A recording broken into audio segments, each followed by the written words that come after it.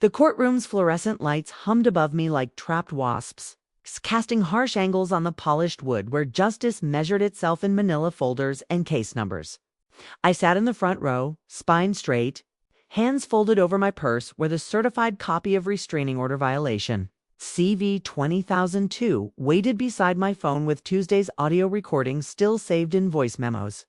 6 months of their manipulations had taught me that tears are currency in family disputes, but I had spent mine already. Today I carried receipts instead, behind me. Their voices carried the confident murmur of people who had convinced themselves that courtrooms favored performance over proof. My son's laugh punctuated their attorney's reassurances while my daughter-in-law adjusted her pearls. With the practiced grace of someone accustomed to getting her way through charm and checkbooks, they clustered near the door like tourists in a museum, admiring their own reflection in the marble walls, while I faced forward and listened to their certainty echo off surfaces that had heard better. Lies from more experienced liars dot the bailiff's voice cut through their rehearsed optimism like a gavel finding wood. KCV 20002, Martinez versus Morrison family members. My name called theirs into question, and I watched their attorney's expressions shift from confidence to concern as Judge Martinez opened my exhibits binder. 43 pages of documentation fanned across the bench, bank statements showing unauthorized withdrawals, photographs of the locks they had installed on my bedroom door, and the voice recording where they discussed liquidating Mom's assets before she becomes a problem. Their performance had counted on my silence. My evidence had learned to speak louder than their explanations. The restraining order they violated last Tuesday by entering my home to check on me had been photographed by my security camera at 2:47 p.m., complete with timestamps, and their faces clearly visible as they sorted through my jewelry box. They had forgotten that vulnerability is not the same as invisibility, and that some grandmothers keep better records than their children keep. Promises. Judge Martinez's reading glasses caught the light as she reviewed the audio transcript, and I felt the room's center of gravity shift from their side of the aisle to mine. This morning's hearing was not the beginning of their legal troubles. It was the ending of a story that started 6 months ago when they first decided I was dispensable. And today, the court would decide which version of that story carried the weight of law. The first indicator arrived wrapped in kindness. My checkbook quietly relocated to their kitchen drawer for safekeeping, after I paid a contractor directly instead of waiting for their approval. They called it fiscal responsibility. I called it the first line crossed in a boundary map I hadn't known they were redrawing. My prescription bottles migrated to their bathroom cabinet within the week, along with explanations about medication management and pill organizers that made my 74 years of independent living sound like a childhood that needed supervision. The bedroom reassignment came next, disguised as renovation, excitement, and temporary arrangements that stretched into permanent displacement. Just until we finished the upstairs bathroom became while we reconfigure the closets, which became me, sleeping in the basement guest room while contractors who never materialized continued to reschedule appointments that existed only in their explanations. My clothes hung in a makeshift closet beside the water heater, while their plans hung my dignity in the same dark space. They installed cameras in my new basement quarters for emergency monitoring, positioned to capture every movement while I changed clothes, took medication, or lay sleepless wondering when care had become surveillance. The pantry sprouted a lock with a combination they controlled, ensuring my access to food required their permission and presence. I documented each installation with my phone, timestamps, angles, serial numbers, and the dates when safety became a cage with digital eyes. Their vocabulary spoke comfort while their actions practiced control. Every "we're worried about you" accompanied another freedom removed. Each "this is temporary" preceded a permanent change to my status in the house I had called home for 28 years. They rearranged my independence like furniture, deciding which pieces fit their vision of my future and which ones cluttered their convenience. The Adult Protective Services Report. I've filed cataloged their helpful restrictions with the methodical patience of someone who had Learn that documentation defeats manipulation. Incident report apps 20,224 listed each camera location, every locked door, the medication seizure dates, and the financial account access they had quietly assumed. Their words promise protection. My photographs promised evidence. By month 4. They had perfected the choreography of erasure, asking permission for decisions about my own life, scheduling my doctor's appointments without consultation, and speaking about me in third person while I sat in the same room. I photographed the new locks, recorded their explanations, and printed bank statements showing their names added to accounts I had never authorized them to access. The basement security camera filmed me organizing evidence files by date and category, creating the paper trail that would eventually testify when their voices could not explain away their actions. They monitored my movements. I monitored their methods.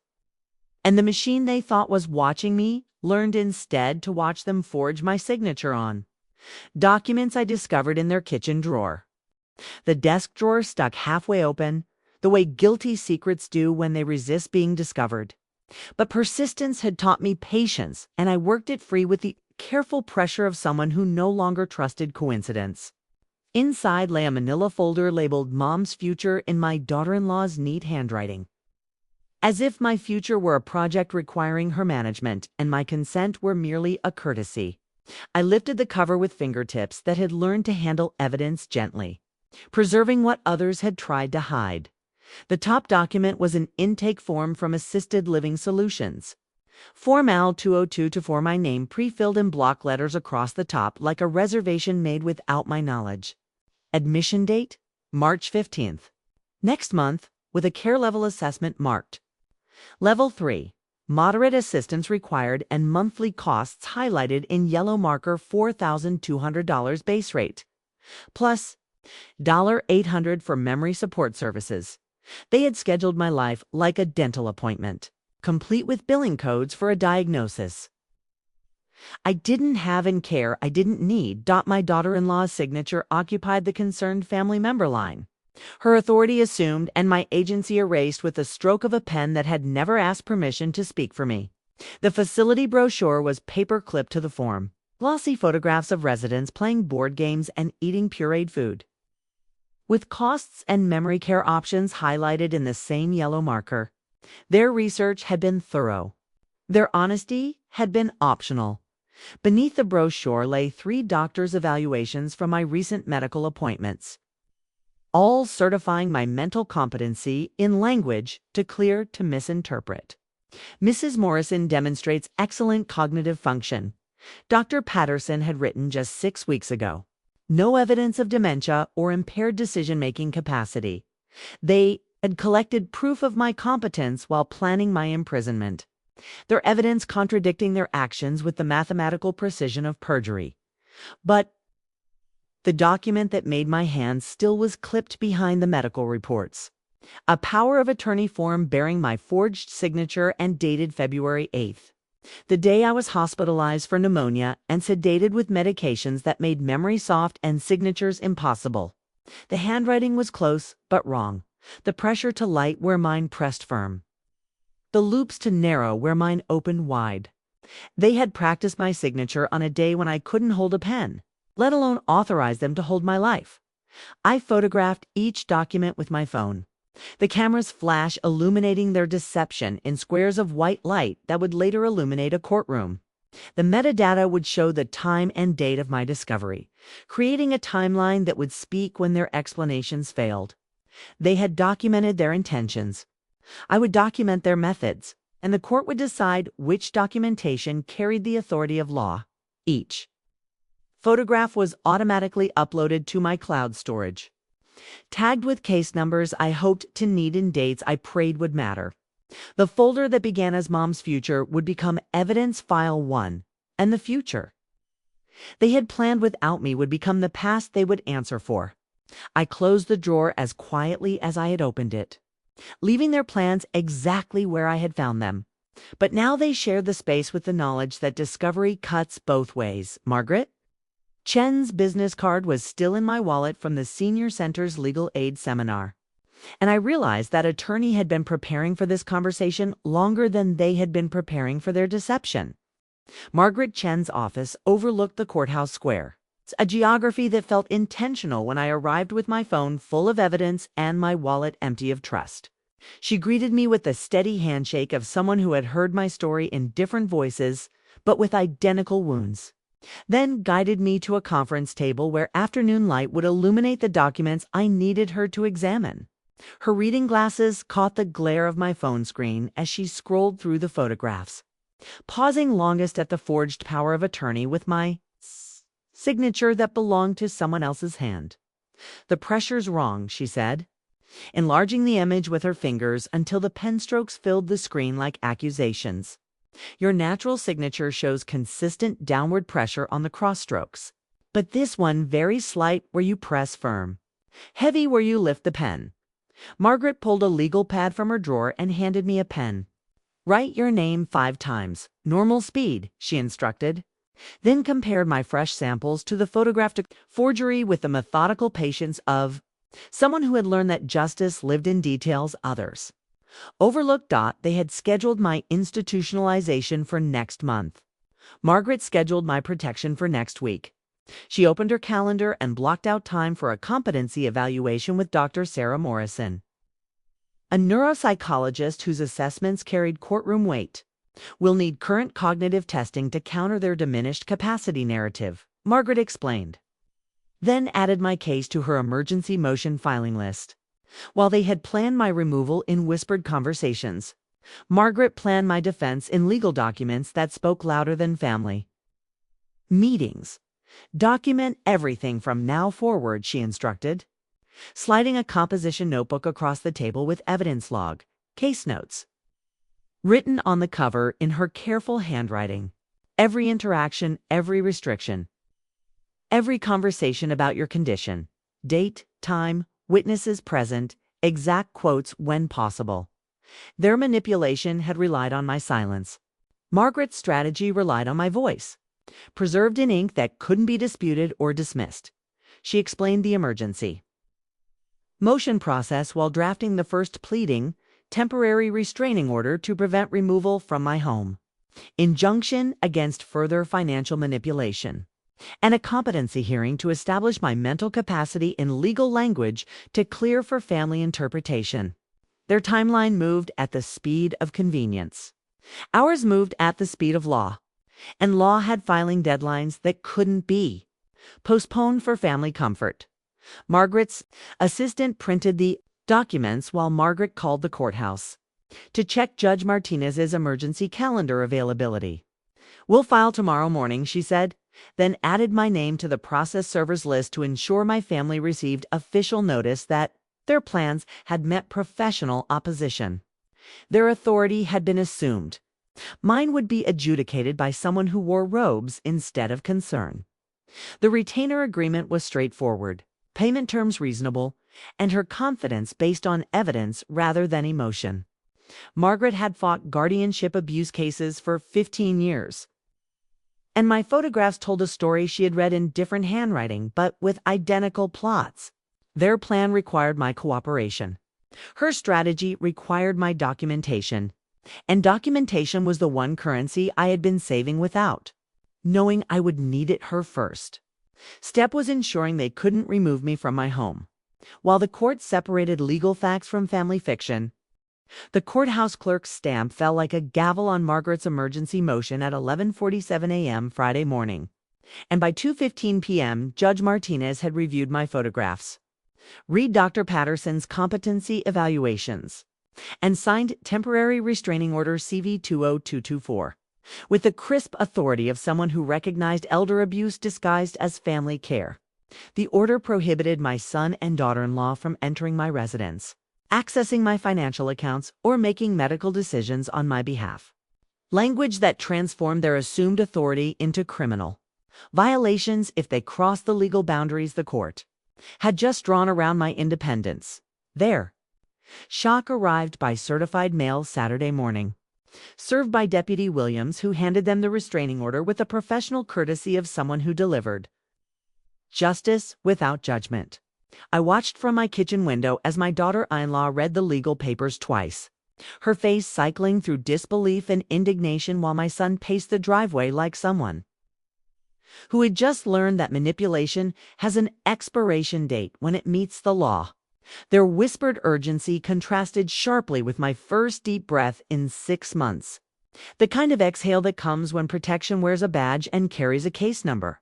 The court order included provisions they hadn't anticipated.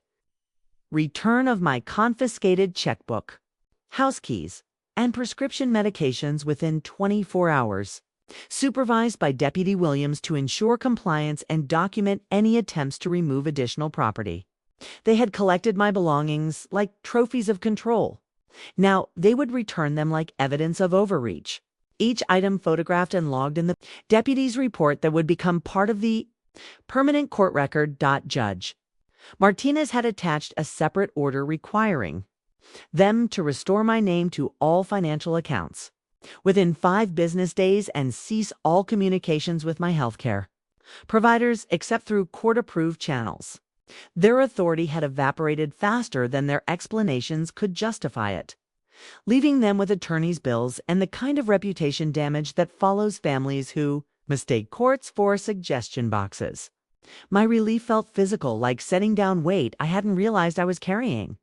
Deputy Williams returned Monday afternoon with my recovered property, checkbook with all checks accounted for, house keys that fit locks they could no longer control, and medication bottles bearing warning labels about the dangers of unauthorized distribution. He photographed each returned item against my kitchen table, creating evidence of their compliance that would speak louder than their future denials. The restraining order wasn't punishment. It was protection, and protection had given me the space to breathe while the law decided which version of family care deserved court approval. Margaret called Tuesday evening with tactical advice that felt like chess moves planned several steps ahead. Document every contact they attempt, she said, because violation of a restraining order carries contempt charges, and contempt strengthens our position at the guardianship hearing. Their manipulation had relied on my isolation. The court order had created witness disbelieves clerks, deputies who would watch their behavior and record their choices. The temporary protection was exactly that, temporary, but it had shifted the burden of proof from my competence to their conduct. And their conduct was now a matter of public record, supervised by people who wore badges instead of family titles. The restraining order was just the beginning. Margaret had warned me that their desperation would likely increase as their options decreased.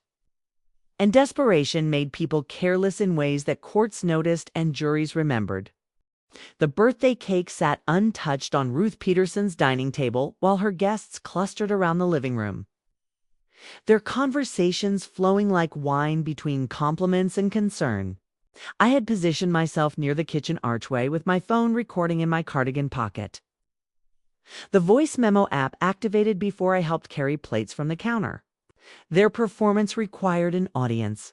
My documentation required only patience and the kind of invisibility that comes with being 74 and underestimated by people who mistake age for absence of mind. She's declining so rapidly, my daughter-in-law confided to the woman beside her, voice pitched at the perfect frequency of tragic concern.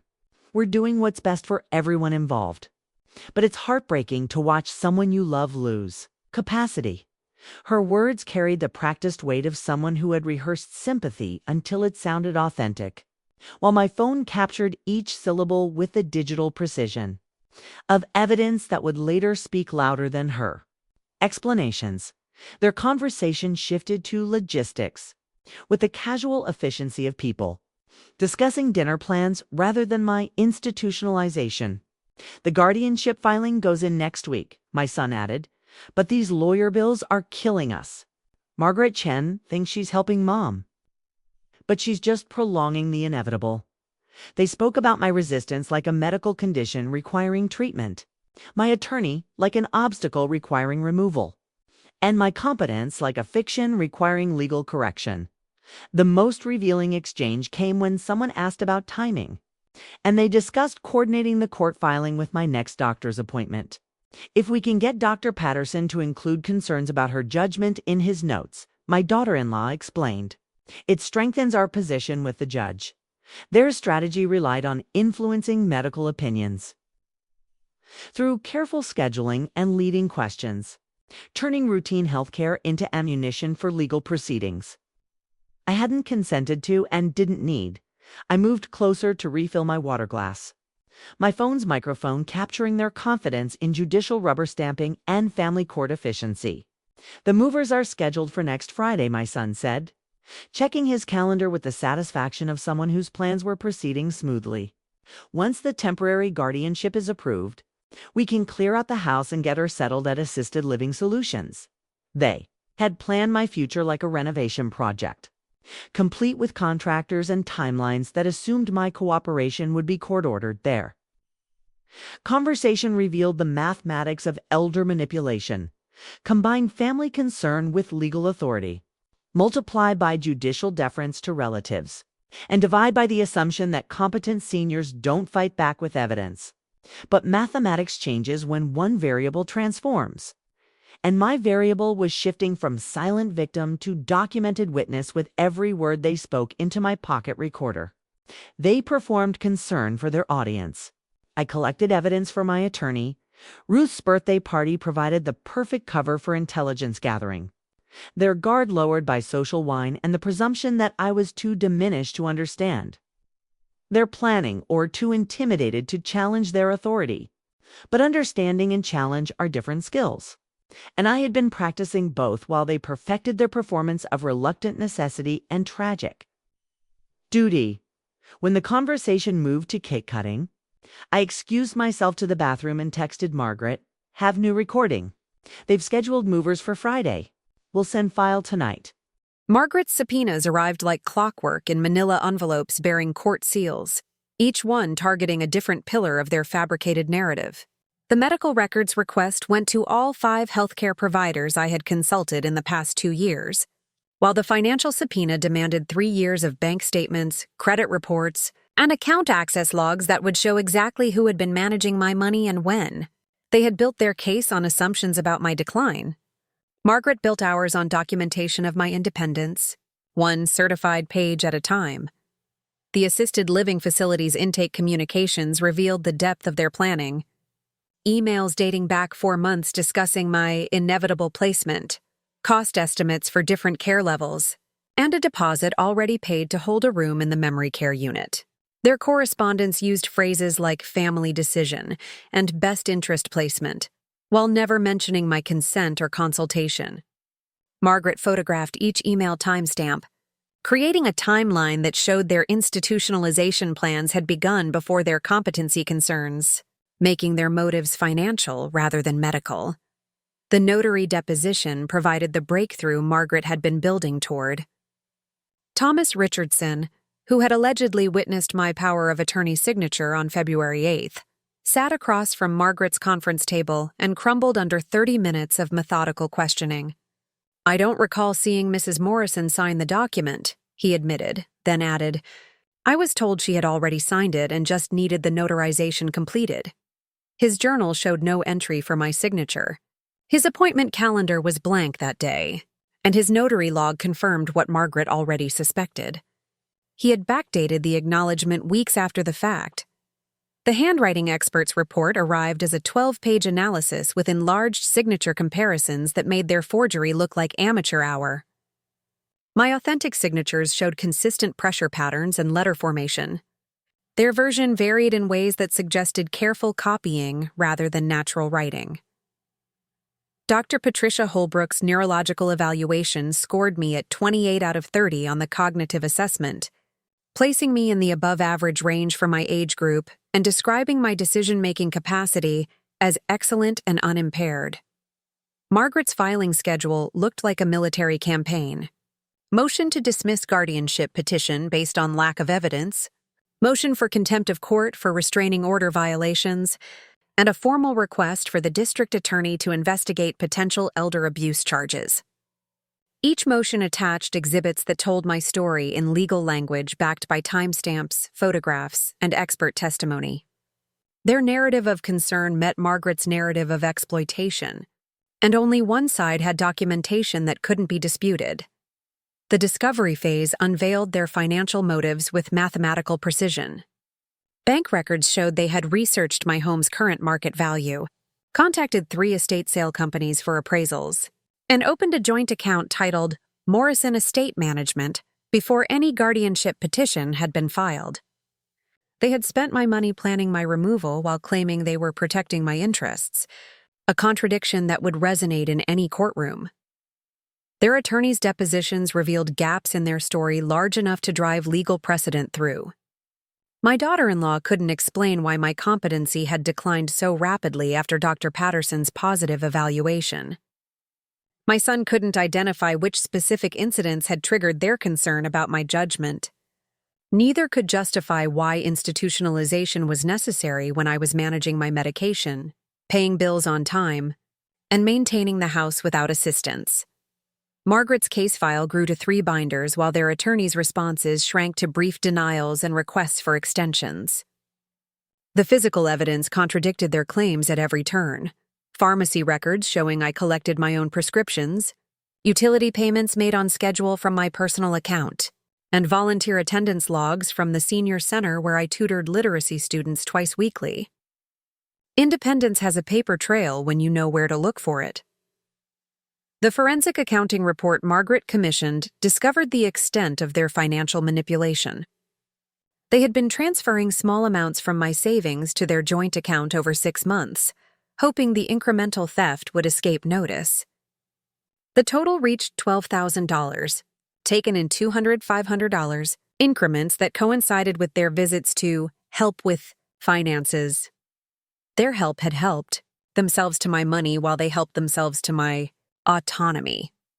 By the time we walked into Judge Martinez's courtroom this morning, their case had dissolved under the weight of contradictory evidence and fabricated documentation. But they still arrived with their attorney, dressed in their performance clothes, expecting to convince a judge that I needed protection from my own competence while the evidence proved I needed protection from their greed. The courtroom would decide which story deserved legal authority, and I entered with 43 exhibits that spoke louder than their family concern. The courtroom gallery held 30 strangers who had arrived to witness other people's broken families. But our case commanded attention when Margaret stood to present. Exhibit A through Z, with the methodical precision of someone who had learned that justice moves at the speed of evidence, not emotion. Judge Martinez wore reading glasses that caught the fluorescent light as she examined the forged power of attorney, then looked at their attorney with the expression of someone who had spent 20 years distinguishing between legal mistakes and deliberate deception. Their confident morning whispers had evaporated into frantic note-passing and hurried consultations. That made their preparation look improvised against Margaret's symphony of documentation. I testified for 43 minutes, my voice steady as I walked the court through my daily routine. Morning medication taken without assistance, bills paid on schedule from my checkbook, volunteer tutoring sessions at the senior center twice weekly. Margaret guided me through the evidence with questions that let the facts speak louder than their family concern. Each answer supported by exhibits that contradicted their claims about my declining capacity. Their attorney cross-examined me with the careful politeness of someone who knew the medical records and competency. Evaluations had already answered his questions.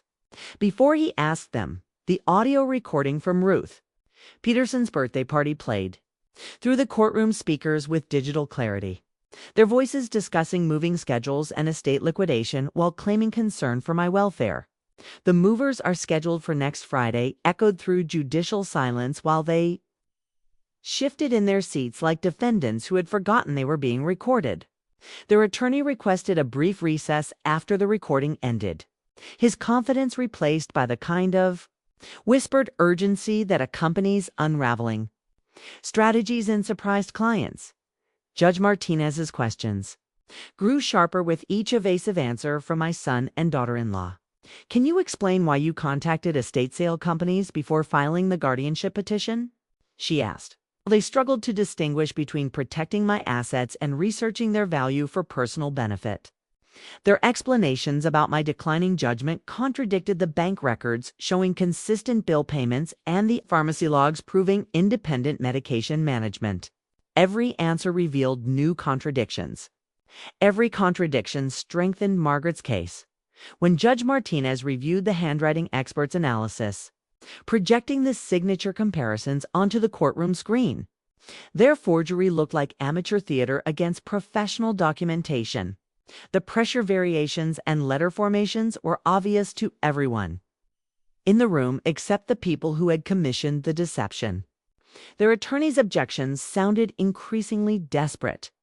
Legal terminology failing to disguise the absence of genuine evidence for their competency claims. The medical testimony sealed their fate. Dr. Patricia Holbrook explained my cognitive assessment scores in language the court could understand: above-average functioning, excellent decision-making capacity, no evidence of impairment that would justify guardianship intervention. Their attorneys' questions about age-related decline met professional responses, backed by standardized testing and neurological evaluation. Medicine had documented my competence. They had documented their motives. Judge Martinez's decision arrived with the swift authority of someone who had seen enough evidence to reach a conclusion before closing arguments ended. Guardianship petition denied, she announced. Then added language that made their legal troubles multiply. Restraining order made permanent, with violation constituting contempt of court. The courtroom clerk recorded each word while their attorney gathered papers with the defeated. Efficiency of someone calculating billable hours against lost causes. The recommendation for district attorney investigation came last, delivered in judicial language that made their elder abuse attempt a matter of public interest rather than private family dispute.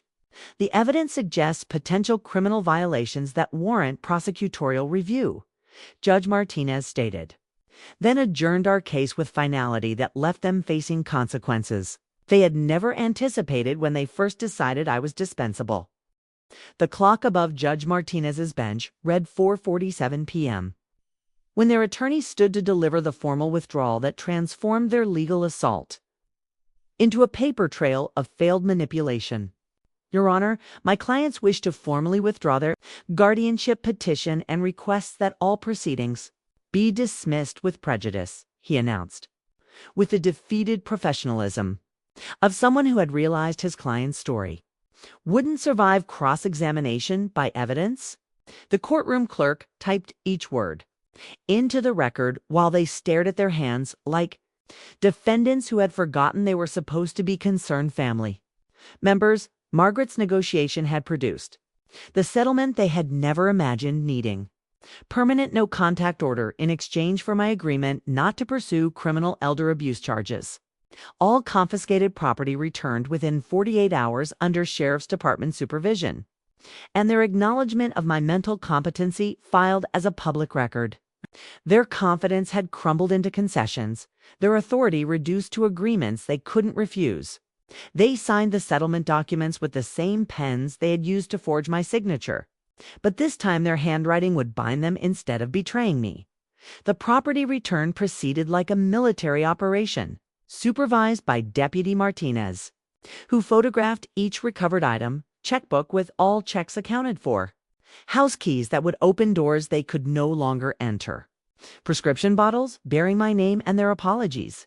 They handed over my belongings with the careful politeness of people who had learned that theft documented by court orders carries consequences, that family meetings cannot negotiate away. The deputy's report would show compliance or violations, and violations meant contempt charges that no attorney could minimize. The court clerk handed me certified copies of all orders with the efficient kindness of someone who had processed too many family destruction cases and recognized justice when she saw it. Keep these safe, she advised, sliding the documents into a manila envelope marked Final Orders Morrison v.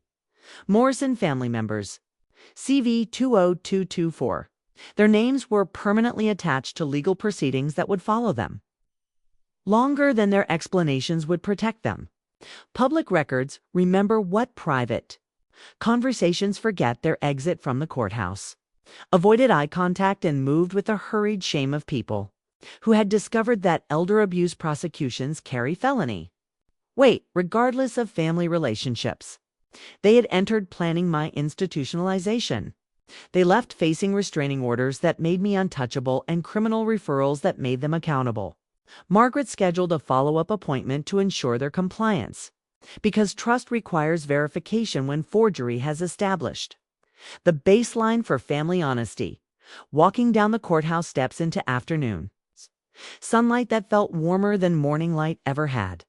I realized this legal victory was also an emotional ending that had begun months before the first hearing. The last tear I had shed was in their basement guest room when I first understood they were planning my erasure. Their first hearing had taught them the cost of underestimating a grandmother who learned to fight back with law books instead of raised voices. Justice had worn a business suit and carried evidence. Their manipulation had worn family concern and carried forged documents. The restraining order in my purse guaranteed silence they couldn't break, while the criminal referral to the district attorney ensured consequences they couldn't escape. They had wanted my signature on their timeline. Instead, they earned Judge Martinez's signature on mine. And judicial signatures carry authority that survives family reunions and holiday invitations. Their performance was over. My protection had just begun, with legal boundaries they would violate at their own peril and my continued independence. 6 months after the gavel fell on their ambitions, I unlocked the senior legal aid clinic every Tuesday morning at 9 sharp, brewing coffee for visitors who arrived carrying manila folders full of their own family betrayals and forged signatures. The volunteer coordinator had asked if I wanted to share my story with other elders facing guardianship abuse, and I discovered that teaching recognition of warning signs felt more satisfying than any revenge their consequences could provide. Their attempt to erase my independence had become my opportunity to empower others facing similar battles, turning their manipulation into education that prevented duplicate tragedies. Margaret Chen began using my case as a teaching example for her continuing legal education seminars, walking new elder law attorneys through the evidence collection process that had transformed their family meeting into a courtroom defeat.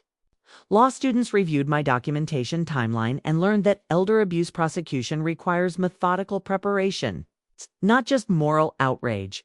My experience became case study number 47 in the Elder Law Practice Manual, complete with exhibits and procedural timelines that showed other attorneys how to build winnable cases from forged documents and recorded conversations. The court files lived in my kitchen drawer now, organized in a folder labeled Justice Served, that reminded me daily that documentation defeats deception when competent. Elders refuse to disappear quietly, not as a trophy or a threat, but as evidence that families cannot simply vote away legal rights that courts are designed to protect. The restraining order and criminal referral had created boundaries they would violate at their peril, while the competency evaluation and handwriting analysis had established my capacity to make decisions about my own life without their supervision or consent. Their stolen house keys had been replaced with new locks, their confiscated checkbook returned with all checks accounted for, and their assumed authority revoked by judicial order that carried more weight than family meetings ever could. The basement guest room where they had imprisoned me became my home office, complete with filing cabinets full of legal research and contact information for elders who called seeking advice about manipulative relatives. Their attempt to make me smaller had taught me to help others grow larger in the eyes of the law. The house they tried to steal remained my refuge, now secured with legal protections I had never known I needed until they taught me the importance of documented independence.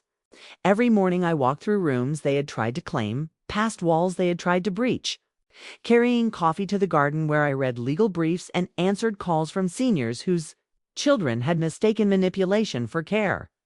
Their greed had introduced me to Margaret Chen, whose expertise had introduced me to a community of advocates who understood that elder rights require vigilant protection. My last tear had marked the end of grief over their betrayal, Their first hearing had marked the beginning of consequences that would follow them longer than my forgiveness ever would. The permanent restraining order meant silence they couldn't break, while the criminal referral meant accountability they couldn't negotiate away. Justice had worn reading glasses and carried a case number, proving that courts distinguish between protection and control even when families choose not to recognize the difference. For anyone facing family members who mistake emotional manipulation for legal authority, who assume that age equals incompetence, or who believe that guardianship courts rubber stamp family convenience, remember that documentation travels farther than tears. That competency evaluations speak louder than concerned whispers, and that elder law attorneys exist specifically to protect rights that relatives cannot simply inherit through proximity or assumption. The law recognizes the difference between genuine care and profitable control, and recognition becomes protection when evidence meets expertise. In rooms where justice wears robes instead of family concern, their performance had lasted 6 months.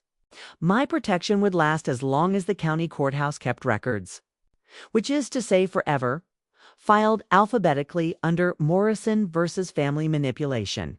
Case closed, justice served. Elder rights preserved for the next grandmother who refuses to disappear quietly into other people's plans for her independence,